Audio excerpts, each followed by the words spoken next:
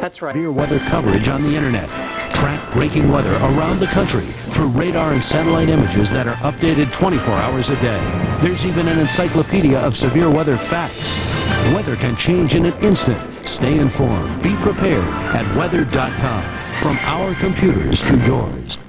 The Weather Channel's program schedule may be different than normal during the next half hour due to special weather coverage. Stay with us. A comprehensive update is just ahead on WeatherScope. Right now, your local forecast.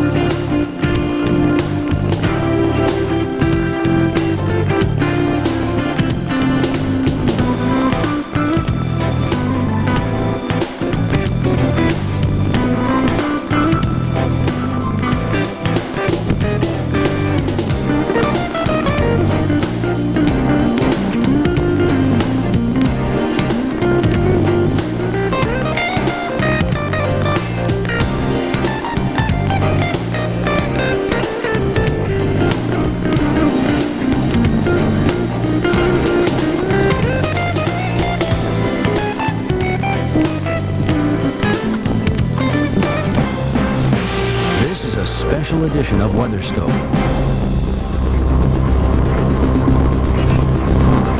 Well, we have two major weather stories developing, one on the East Coast with a lot of coastal flooding and some beach erosion, and one on the West Coast with some heavy rain and a lot of wind. We will, of course, give you the full story on what's happening in the West in just a moment. First things first, we want to talk about what's happening in the East. It has been a rough couple of days. These pictures were taken on the coast of New Jersey, but the flooding did not stop the mailman from making his rounds. This is the town of Seabright on the northern coast. Rain and wind-driven waves have turned streets into little rivers, obviously.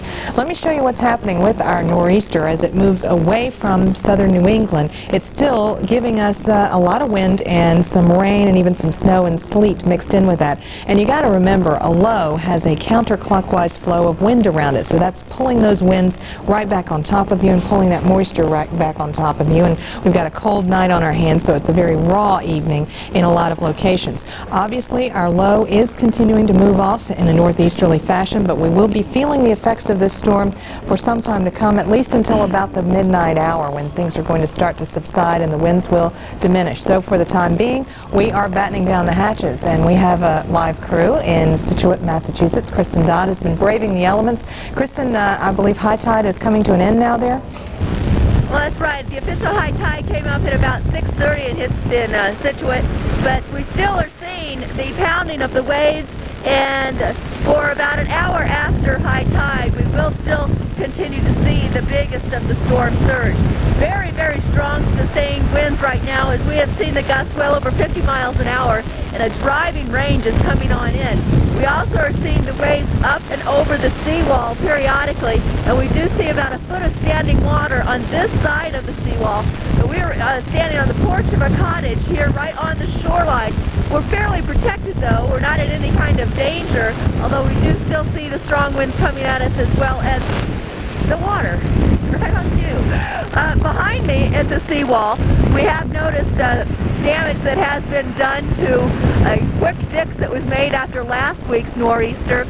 You can see how the wood was put up there to help hold back some of the water at the stairwell, but that has given away. We also have seen a lot of the water in the storm surge come up and over the wall and just go rushing out into the street, taking some of the sand with it. At this point, though, we do not have any roads closed due to the sand that is now beginning to pile up on the streets. Back to you, Janetta. Okay, thank you so much for that live report. Kristen Dodd in Scituate, Massachusetts. We'll be checking back with her throughout the evening, so you'll want to stay tuned. I'm joined now by Colin Marquis, senior meteorologist here at the Weather Channel. You're also from that area. Have you experienced things like this? I'm sure you have. Well, a lot of the folks, especially in the last 20 years, they would compare it to the blizzard of '78. Started 20 years ago tomorrow. And there's actually, although this is bad for some folks up there, there's actually, you can't really compare the two. 92-mile-per-hour wind gusts with the blizzard of '78, 4 successive high tides where the tides were just astronomical, devastating coastal flood, particularly north and south of Boston. So a different league. As bad as it seems right now, we've seen much, much worse in areas of New England. I do want to mention, though, we just dealt with a nor'easter not even a week ago, so we are seeing a battering twice in 1 week. Right, and some of the natural defense mechanisms right along the coast may have been washed away. The dunes provide some protection, and some of those dunes may have been beaten down just a little bit, so that may cause just a little bit more in the way of flooding this time because we don't have those dunes for protection. Okay, we're going to take a look at where the coastal flood watches and warnings are in effect. In fact, we just have warnings in effect right now. This deals with the flood potential.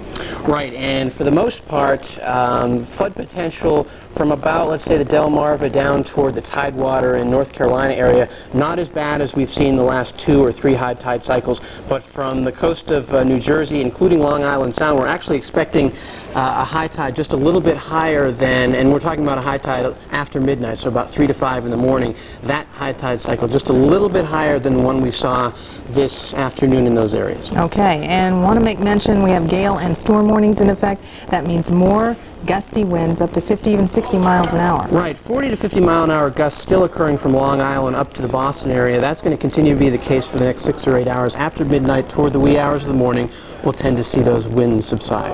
Okay, we'll look forward to that midnight hour when things are going to subside a little bit. We are looking at still some rain right along the coast, so that makes it a rough go on I-95, maybe the LIE, the Merritt Parkway, a little bit of sleet mixing in with this at times. That's right, mostly down here it is very light rain, nuisance rain, but up across central and eastern Massachusetts and eastern Connecticut on down toward Providence, temperatures about 2 to 3 degrees below freezing, so those are the areas where we're going to see the most slick spots on the roadways. Okay, thank you so much, Colin Marquis, for your expertise on this storm system. We'll continue to monitor the situation for you at home, and now we're going to see what's happening across the rest of the country. We go back to the studio. All right, thank you very much, Janetta. While much of the East tries to cope with the effects of that eastern storm, California has big trouble of its own again today. Another storm is dumping heavy rain on areas already saturated, and that means more flooding and mudslides.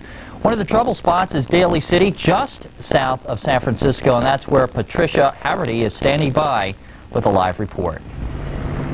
Yes, we are on Avalon Drive in Daly City, where people are preparing and evacuating their homes tonight. That's because of a hillside that is given way just in front of the homes, and the same kind of activity is going on north of San Francisco as well, where record